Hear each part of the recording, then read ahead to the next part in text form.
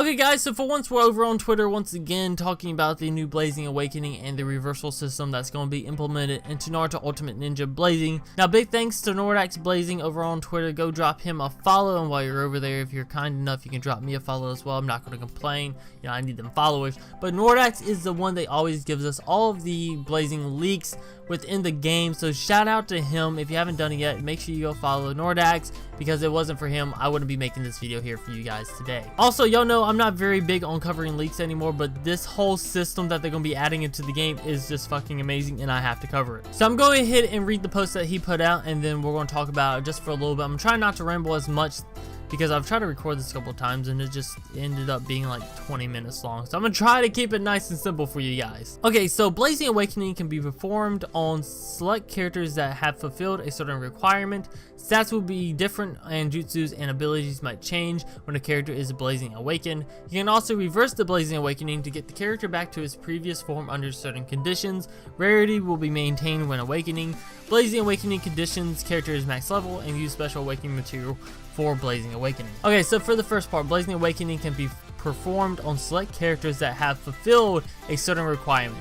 This pretty much means only select characters are going to be Blazing Awakenable or Reawakenable. Only certain characters are going to have that ability to do it.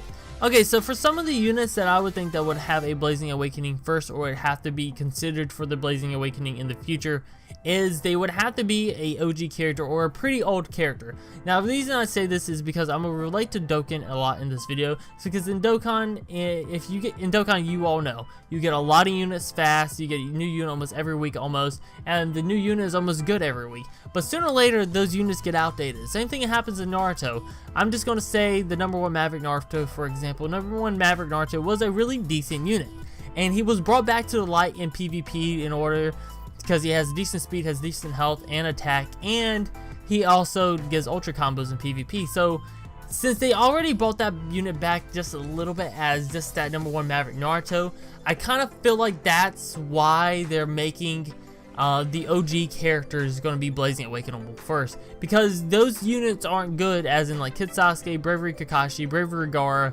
Haku, and #1 Maverick Naruto. They're not good in PvP unless they're max limit broken. So I think the first Blazing Awakenable characters will be the OG characters that are max limit broken. I'm pretty sure only max limit breakable units will be having the Blazing Awakening to begin with anyway.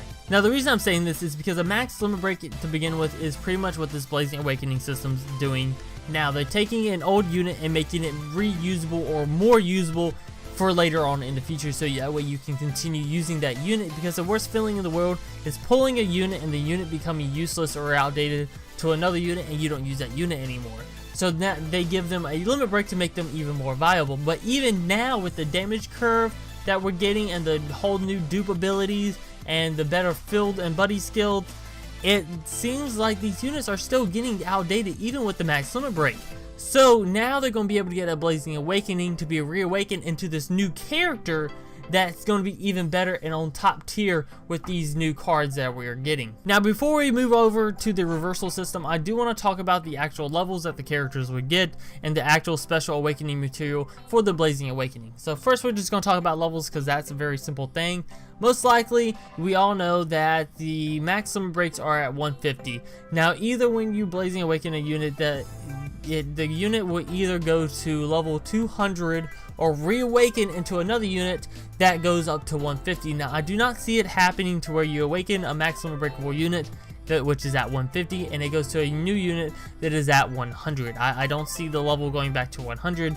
Now they can do that, it is Bandai, they can do whatever the fuck they want with the game, but I do believe that it will either stay at 150 or go up to 200. Now it could go anywhere from 150 to 200. It could even just go to 170 for now if they want to. I would be fine with that. Now for the actual events that you would have to do in order to get the special awakening material, they can do two things that would make sense in my opinion to do this. #1, since it says special awakening material, I don't see it being only 4-star scrolls. Now they could just implement 5-star scrolls and make it to where you have to use 6 4-star scrolls to make a 5-star scroll, which is, it's okay, that's not too bad of an idea. You could do that, but I do want it to where you have to use special items. throwing it back, way back, throwing it back to the original Blazing Fest raids, you would have to do the Zabuza raid in order to awaken that Zabuza. I want that to come back. I really want it to come back, and if this system is using the same system as the old school Blazing Fest raid system, where, like I said, where you have to do the raid to get the material to awaken that unit, I can understand why they took it away to begin with. Yeah, if y'all have been on my channel for a while, y'all know I really hated the fact that with all the Blazing Fest units, you just pretty much got the unit and then you just awaken them. That's not fun in my opinion. Dokkan, they do it to where you have to do the raid and then you have to get the material to awaken the character, and the longer the game stays out, the more items you need to awaken that character. Now I really hope that Blazing implements this. They could easily implement it. They could add a free-to-play type of unit to the raid if they wanted to for some of them, and they could just make it an S rank raid and make it extremely hard and fun to do, and it would work out in the future. And in the future they could just add a higher level difficulty to where you get more materials for that character later on down the road. So they could really do that and just make it to where it comes back every Blazing Fest or so, or maybe like every weekend or something like that. They could really do that, or they could do it to where it's kind of like the limit break crystals, to where you can only get certain, instead of getting certain crystals in each raid, they would have one raid with all the material in it, and it'd just be compacted into one single item itself.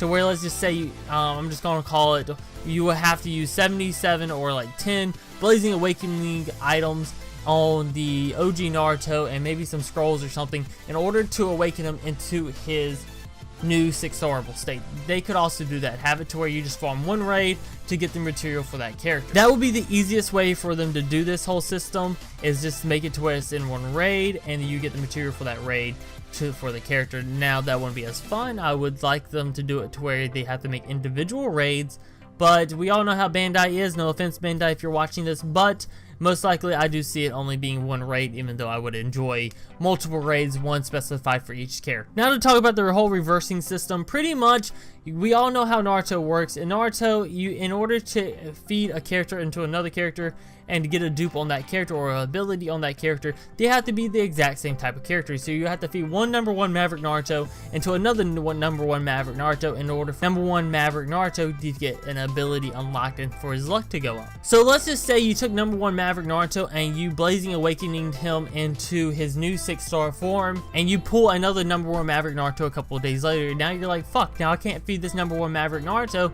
into my other one unless I reawaken him, and that's a waste of material and Rio. So more than likely they will have another raid that they're going to end up having to implement, or they could really even implement it into the other raid that they're going to put the special awakening items into, and you would run this raid to get these special medals or items to feed to reverse awaken the #1 Maverick Naruto back into, well, the reawaken or Blazing Awaken #1 Maverick Naruto and to the base #1 Maverick Naruto. Now of course this will give you your medals back. I don't think it will give you your money back, but it really could give you your Rio back as well. But more than likely it's just going to give you your medals back to reawaken that character back, so that way you could feed the Duke character into the other character that you had. Okay guys, that's gonna be it for this video. That was a lot of talking, and you can see right at the end I was running out of steam.